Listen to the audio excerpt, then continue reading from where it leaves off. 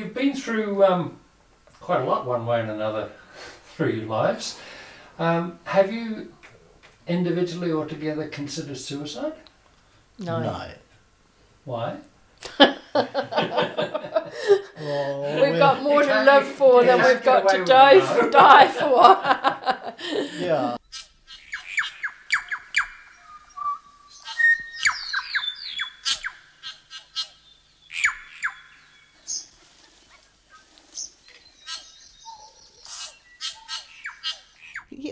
Yeah, but it's a thought that just pops into your head, and you always think, oh, for goodness sake, pull your head in. I always tell myself, that's a funny thing because I don't want to be dead. But obviously there must be a part of me somewhere that thinks maybe it should be. I don't know. Life's what you make it. You've got to get out and have a laugh and pull people's legs, which we used to do. Being in the backcountry farm. Oh, look, humour is the key. I mean, however awful things are, there always is, you know, a slightly humorous slant to it. For me, I mean, even if it's black humour.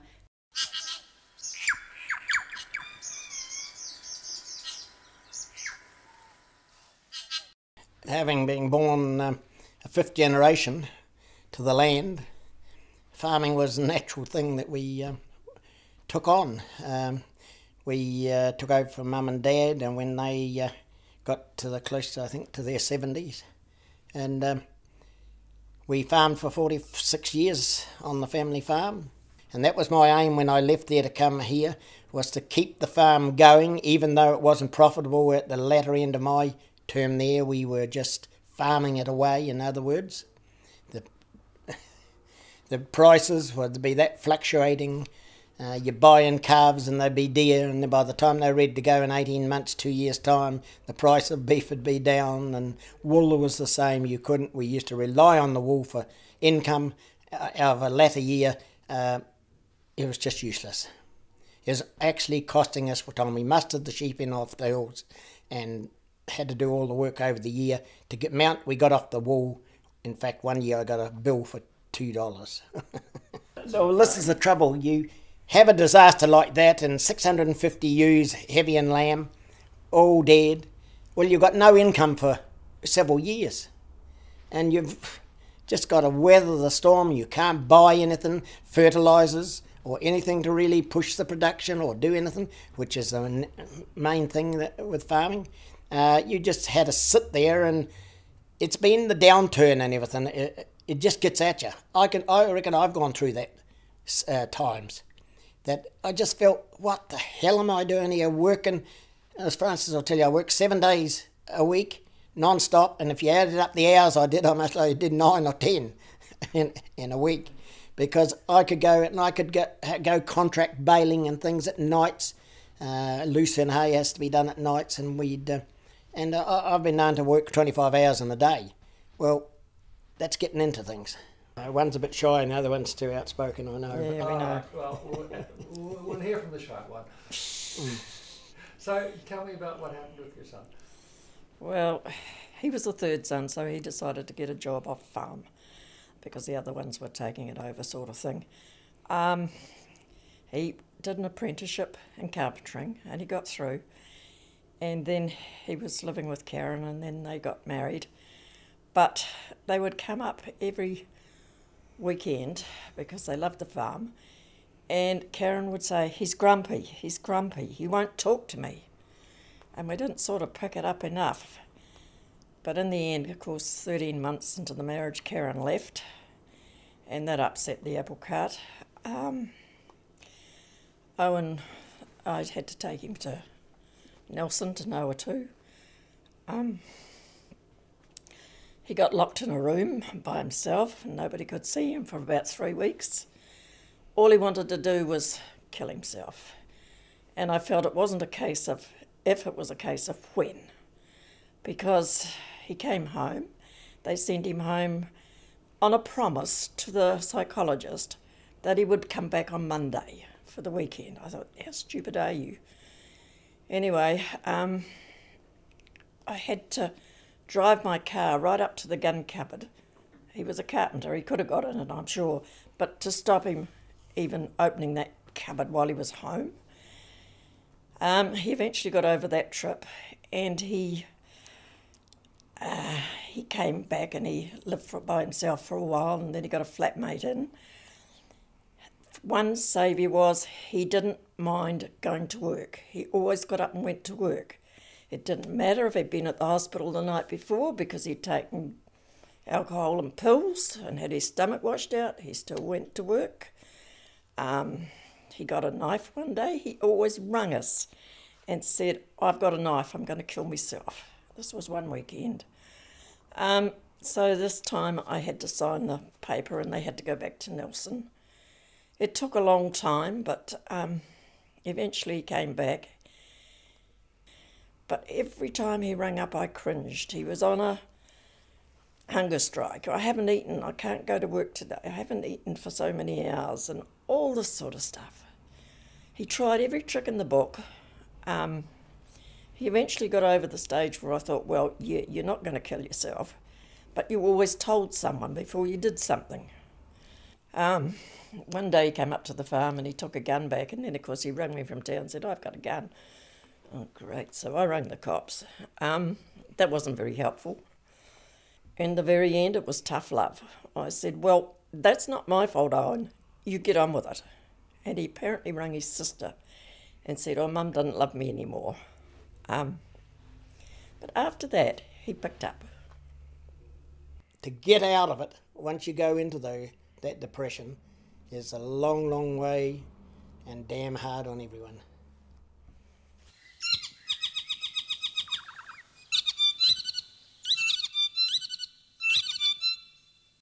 For me, it was watching, I think the Hoggets going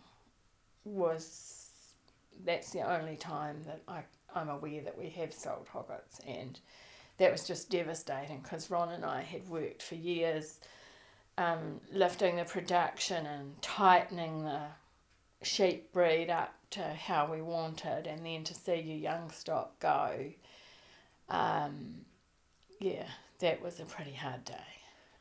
We had a young bank manager coming out of the drought who was not very helpful and just kept putting pressure on, wanting 5-year budgets, and it was a very difficult time, and Ron got to the point that he didn't want to cope with him, and I was just trying to deal with him, and in the end he got me in a corner, and luckily we had an extremely compassionate and caring accountant, and I rang him and he took it over and sorted him, and we got our needs met, and the next year we had this is 4 and 5 years out from the drought, we had a humdinger of a year, and we were all back square again. I come from a family that's been challenged. My father was killed when I was 15. I had a brother commit suicide when I was 21, and Ron was with me through the suicide, and probably our first shock as adults was Ron getting lung cancer in his early 40s. And I think in a way that has helped us cope since, because you dig deep and you realise that if you come through something like that and you still have each other, if people can just realise that having their family and having their spouse supersedes a lot of other things, material things in life. I probably found it harder in that I was dealing with the farm with Ron, the 4 teenagers, and because Ron wasn't well enough to go out, I wasn't getting my social needs met, possibly.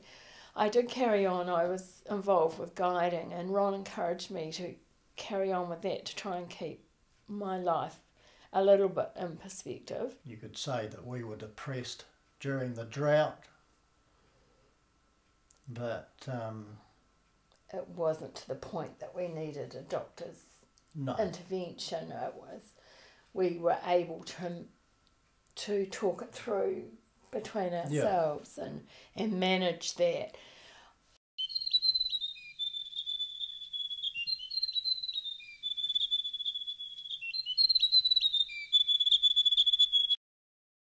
Fran, tell me who you are and what you do. Oh, my name's Fran Halford, and I'm a doctor at Nelson Hospital Emergency Department. Okay, let's do it again, and as though it's not a joke. Oh no, this is going to be a challenge, I can tell.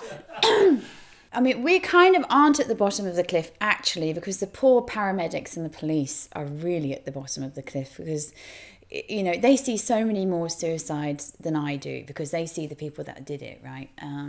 So the people who've come to me have taken a swerve off the bottom of the cliff, and they've somehow miraculously survived. So people are often very upset when they discover that they're alive. Some people, conversely, are very repentant, you know, seeing this as an opportunity to have a second chance in life, are very grateful that they're alive. But the majority are just too sleepy or out of it to express anything to me other than, really. I mean, there's suicide in my family, you know. My uncle killed himself. And all my family suffer from, you know, or not all, but a lot of my family suffer from major depressive illness and have been institutionalised. And, you know, so I've had it's this Celtic melancholia. Somehow I've inherited my dad's genes on that one. So I've got this perverse reaction where the worse things get, the more cheerful I get. Dealing with this part of society that's kind of quite hidden away, really. No one really talks about it. It gives me a lot of humility and a lot of gratitude for my life and just how good it is. And also insight into how easily you can fall off the perch. Yeah. And I think we've all thought at some time or other, it's just too hard, you know. Death would be easier than this. And looked at that tree and thought, I could just drive into that tree, you know. Or, you know, I mean, I think everyone, if they're honest, has had that feeling. I used to wish that trees would fall on me and kill me. I used to wish cars would run off the road and take me out. It's hard to think back now and just remember how bad it really, really was. You have the weirdest thoughts, like you'll be driving down the road and suddenly you might think, oh, I could just, if there's a truck coming towards you, I could just drive into that and it'll all be over.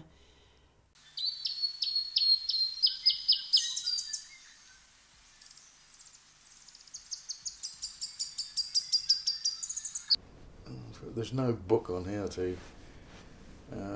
to recognise, how to assist if there is a problem. I always knew when I was getting quite deeply depressed because my breathing became shallow and I couldn't go and take a deep breath. And I never saw the sun. The sun was never out. It didn't matter if it was middle or summer. To me, the sun was never out when I was depressed.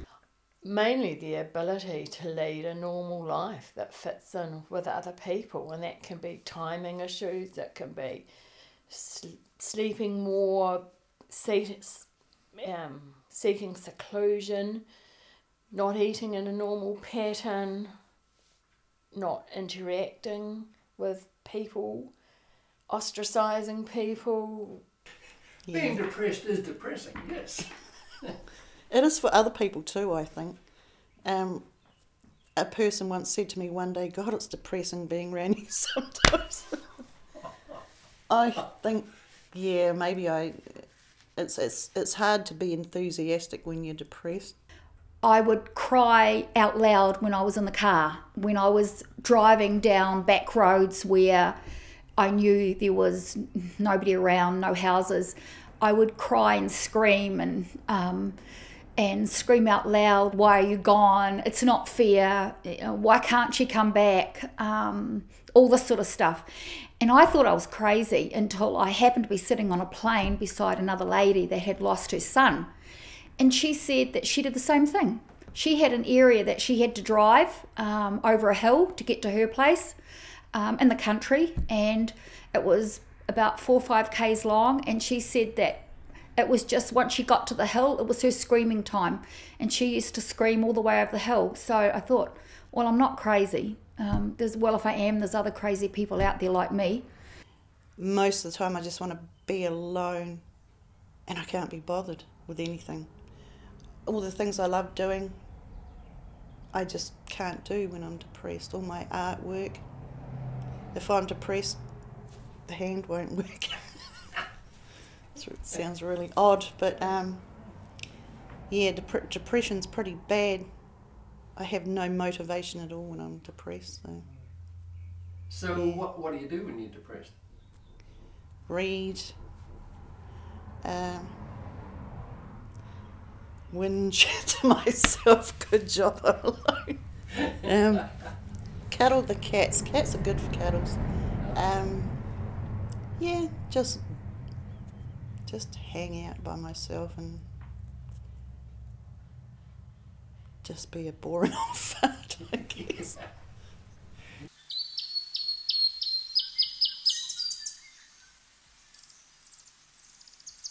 There's been quite a lot of farm suicides. Yes.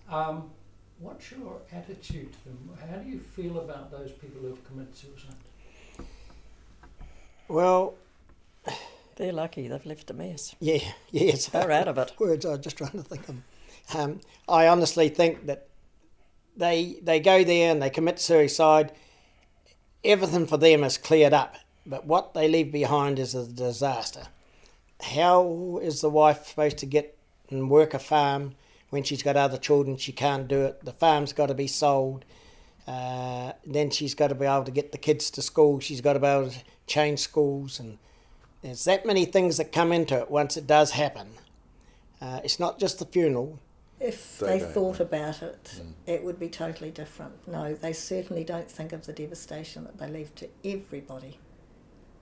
Everybody that's known them has an effect from the one thing that they've done. I feel they have got trapped within until they don't see the wood for the trees. They're unable to see their way clear, and they think they've found the way out of their situation. Well, I think they get to the point they can't see their situation. I've tried really hard to understand it, and I don't think there should be any stigma, and there should be full support for the families left behind, because they truly are the ones that have to deal with it. We had planned a trip to Italy, and we never made it together. But I had friends who were going at the same time, and they said, look, come. So I did go, and I realised that when I came back, I was not only going to come back to an empty house by myself, but it was also going to be the 3rd anniversary of Marcus's death. And I thought, this is going to be a pretty bad time for me. So I just threw loads of seeds in the garden before I left, a lot of my veggies and things, so that when I came back I had this huge lot of stuff happening in the garden, lots of weeds too, of course, but it was something to get me outside and doing things. Just a little project, and it worked. You learn to live with it. You learn to live alongside it. It's like you learn to live with your leg gone and your arm gone, and you function with the parts of your body parts gone, and that's what it's like. For me, grief, depression, it's like living with parts of your body gone. You know it's gone, but you function, and you can function quite well. But it's gone. My leg's gone, my arm's gone, it's gone.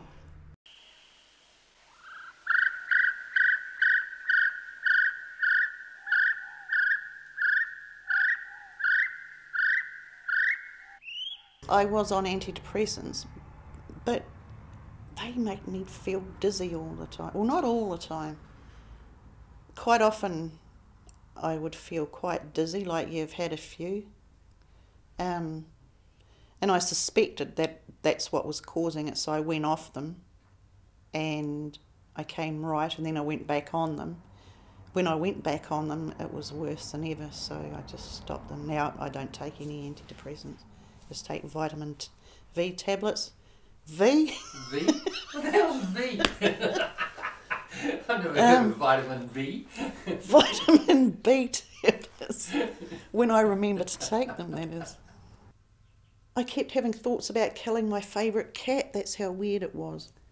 My favourite cat, and it was devastating. Got to the point where I was scared that I was going to walk in my sleep into her room and kill her.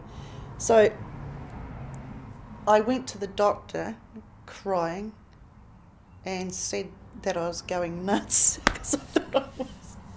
And I told him what had been going on. He said, no, you're not nuts, you're just depressed. And boy, was I depressed. I rang Outreach and a lady came up and she helped me. Well, she gave me a few pointers on how to deal with my feelings and my thoughts and try to steer them away onto other things. Because like I said, if you start dwelling on it all the time, you just go down the gurgler. So you've got to, as soon as the thoughts start coming, swap them for something good. Watch TV, anything to get your mind off it. Yeah. See, my husband was involved in a murder-suicide, so that was movie material. There was everything in there: sex, violence. Dear.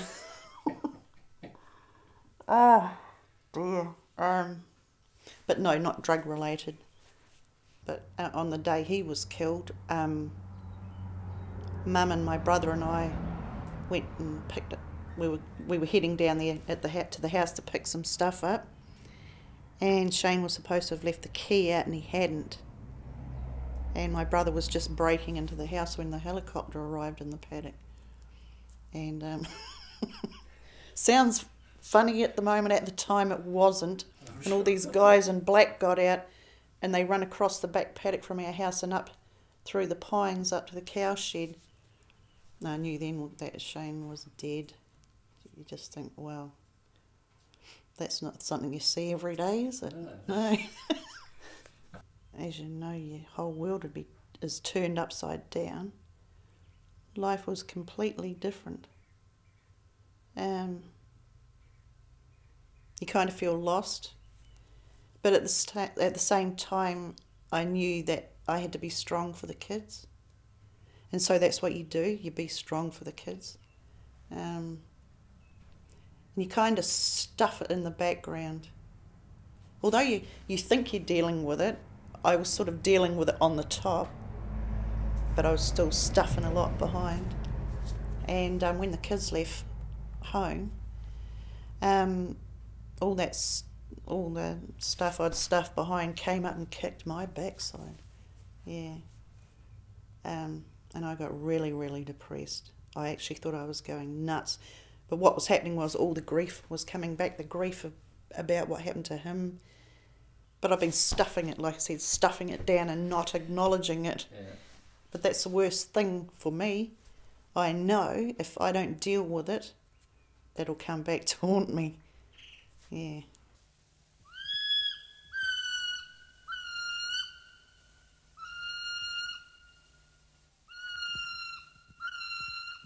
We had to go up and shift some sheep, so Brian only had a two-wheel motorbike at that stage, and he had Stephanie, the eldest one, in front of him on the bike, and then I was behind him on the bike, and then I had the baby in the pushchair behind me. I put my hands behind to so we didn't lose him, and off we went up the road. I mean, we were the only ones that lived there. It was only a country road, so we pretty much knew if anyone was coming in to our place.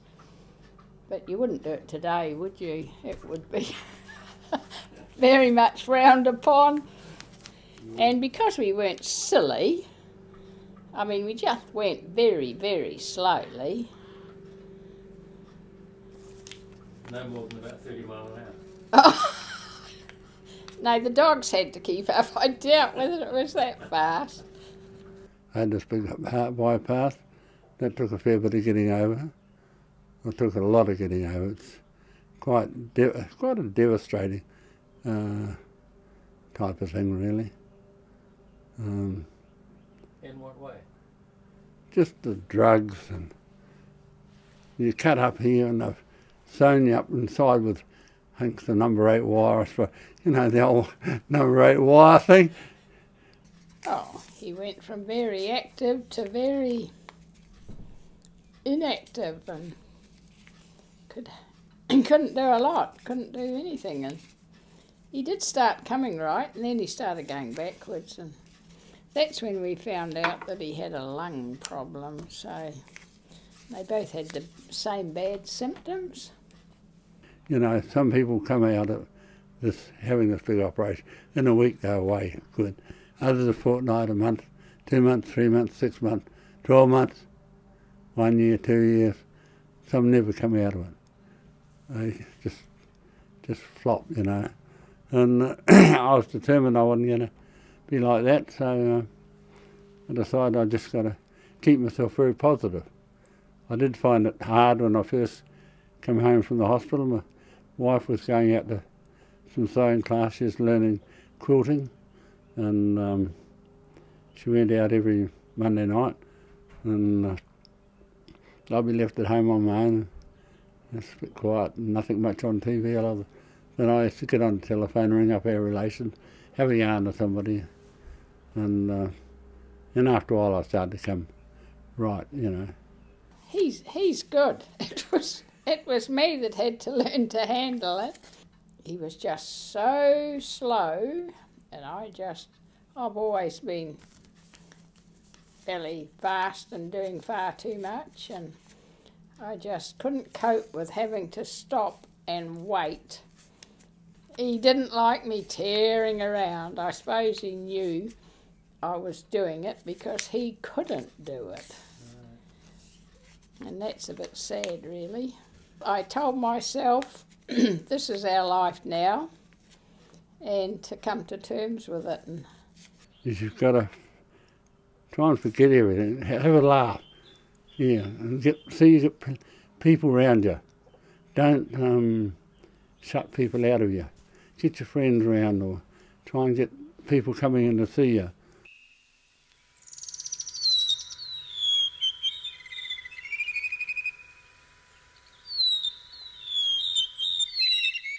What was the major event that has impacted upon your lives? The suicide of our son. Yeah, the loss. I spoke to him one day. I knew he was hurting, and you know, I said to him at the time, you know, don't worry. There's girls are like buses. There's another one coming along. Don't, your turn will come. Don't. But you know, I could see it was still hurting him, and he just pushed that off to one side. You know, just carry on with the day's driving. He carried on with his work, and everything just carried on as normal. His ex-fiancée at that stage paraded the new boyfriend, and in a hotel, local hotel, on New Year's Eve. Couldn't have been worse, and we feel at that point, with a bit of alcohol on board, and it comes back to alcohol, he, according to his mates, quietly left the hotel. And they thought he was going to just cool off. I mean, they were not alarmed at all. And he proceeded to sleep. Yeah. He was in the place I worked too. I mean, I cross it every day. I pass the spot every day, and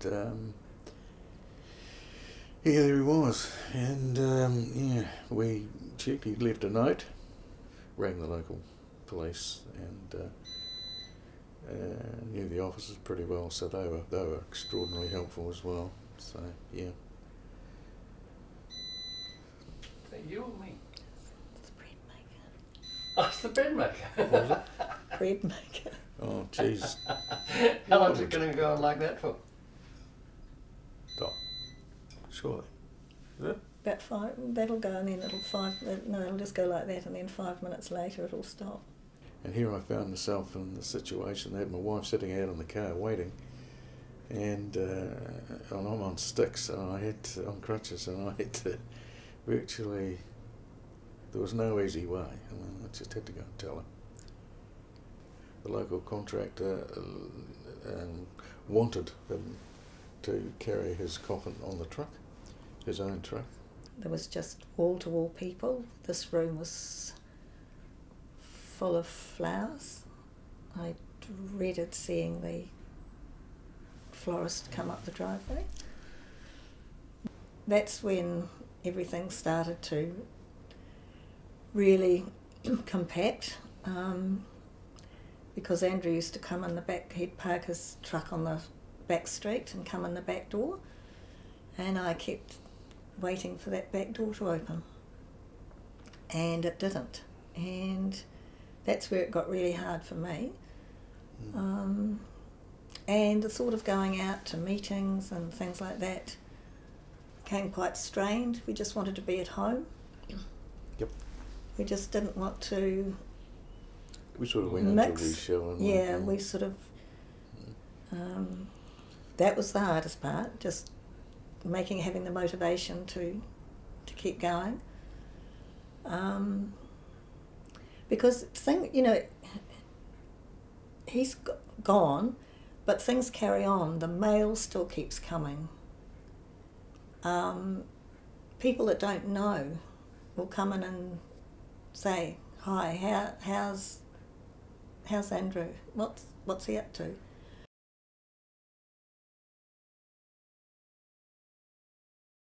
Friends were variable. Friends who I thought would have been not supportive were in fact incredibly supportive, and some who I thought would have been supportive weren't. We had one family we had very close ties with for a long time because they had two boys as well who were the same age as our boys, and we never saw them, and in fact they actively avoided us, which was very hard to take. People avoid you. They often don't know how to cope with death, and they avoid you. So it was easier just to confront them, and once they've actually spoken to you the first time, they're fine. But people will walk across to the other side of the street rather than actually have to front you. My heart goes out to all relatives of someone with a really, bad depressive disorder, because it's just so hard to know how to help. And a lot of these people, they're at the end of the road, right? They've been working with this person as a family member for years, trying to nurse them through it. And so some people it's kind of resignation, oh, here we go again. Some people are furious with their family member and furious with life and the world, and everything seems so unfair, and I really understand that. Some people are very sad and take it very personally, can feel a lot of grief. Yeah, I used to get extremely angry with people that would come up to me and say, "Oh, time's a great healer." I'd really want to turn around and whack them. Time's a great healer. That's just rubbish. And I would get advice like, "I know you don't want to hear this, but it's going to get better." I could have just donged them on the head, and I wanted to say, and I never did say, "Have you ever lost a child to suicide?" There are certain months of the year that are a lot harder than others, May being one of them. When you've got Mother's Day and you've got his birthday, and we have an anniversary, so the month of May is a bit difficult.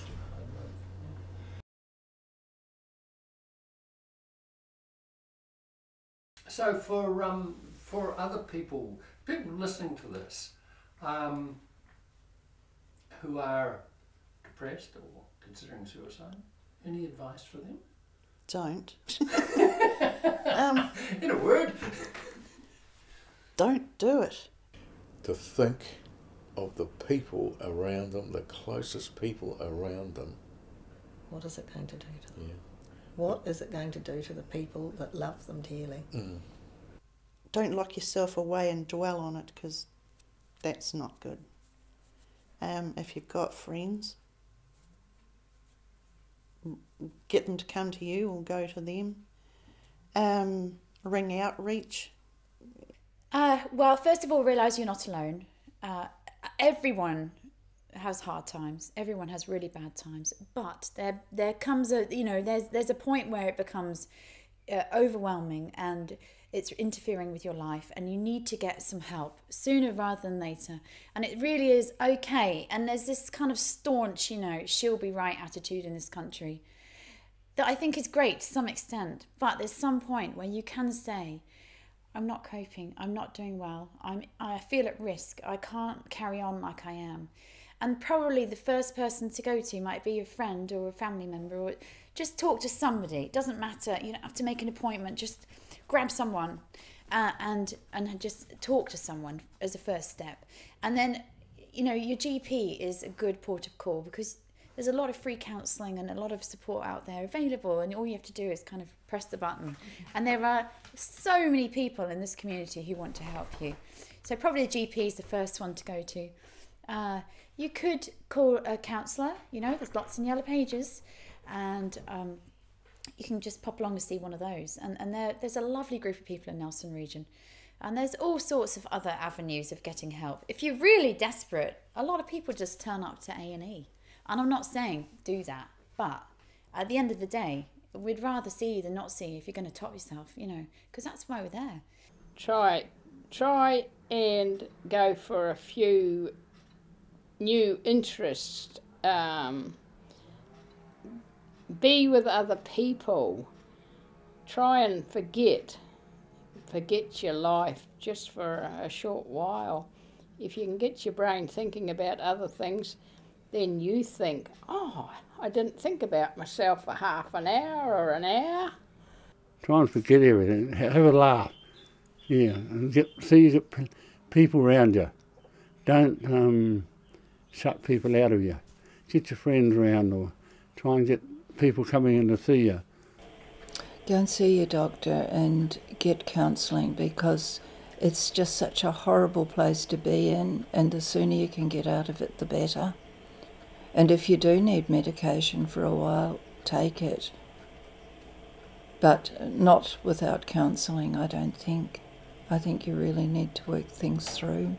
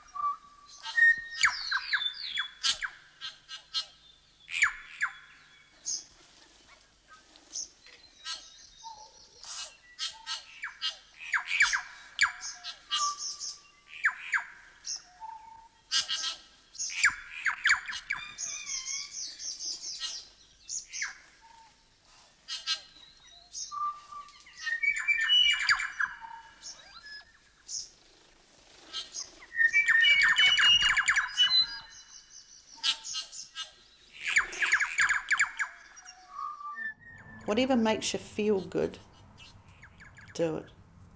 Oh, within reason. Within reason.